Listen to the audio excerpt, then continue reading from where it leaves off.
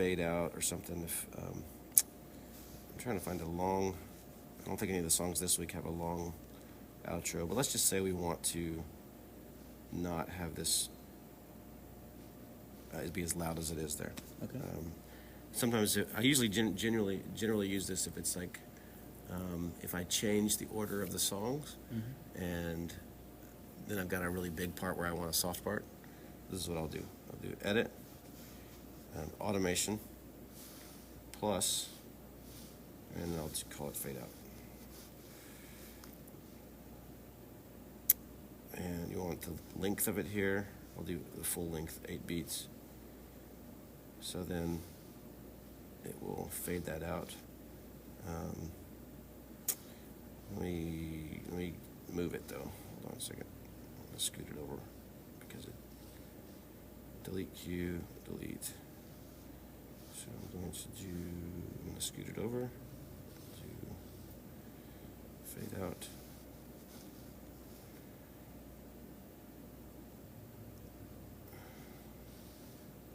Okay, so then I'm going to go in here, I'm going to go on all these to fade out. You can also do fade ins. You can just have a section where you take the cymbals out or take the percussion out or whatever. So that should be working. So done. So then you'll notice, let me show you. They're up. You'll notice it'll just fade those out. Nice. Again, this is a song that I probably wouldn't do that on because it's kind of already doing it, but it gives you an idea. If it needs to be done, it can be done. It needs to be done. So edit, automation. Let's see. I'm going to. Oh, I'm in a different song now. I was like, why isn't it not there? Okay. So edit, automation. Delete Q. Don't want it. Also, another thing to do is if you want to take out sections of the song. Why would you take a section out? First of all, you get out of automation, set list song out. There's times in songs whenever I do a shorter version or something, and say I want to take out these bridges at the end, or yeah.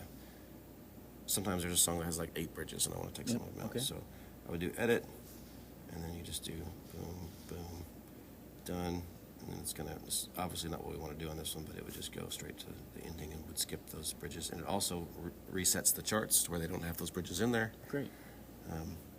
And to put them back in, you just do plus bridge, plus bridge, and now we're good to go back where we started.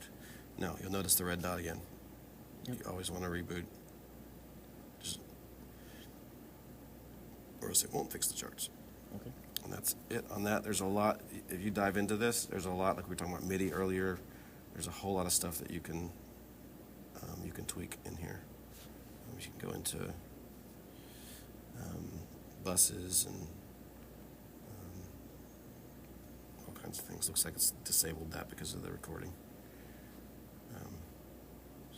No, sorry, it's the pad. There we go. My bad. So this is the playback sync. When everything's good to go, you'll do that. When it's green, that means it's ready to send to your charts, and you'll just go like you normally do every Sunday and grab your charts off the ChartBuilder. It'll pull it from Playback. Turn it off. So you want that to be green when you're done? When you're you need it to be green for the services to actually work. Yep. Yep. I'm just turning it off for now because we don't need it. Yep. So I hit this edit button, and you've got a lot of stuff down here that you can do. You can do MIDI cues. You can do MIDI mapping for lots of different things for lighting and keyboard mapping, and there's a ton of stuff that you can do. You can find on the multitracks.com website the playback section. There's lots of training videos and things for that. Great. Should be good.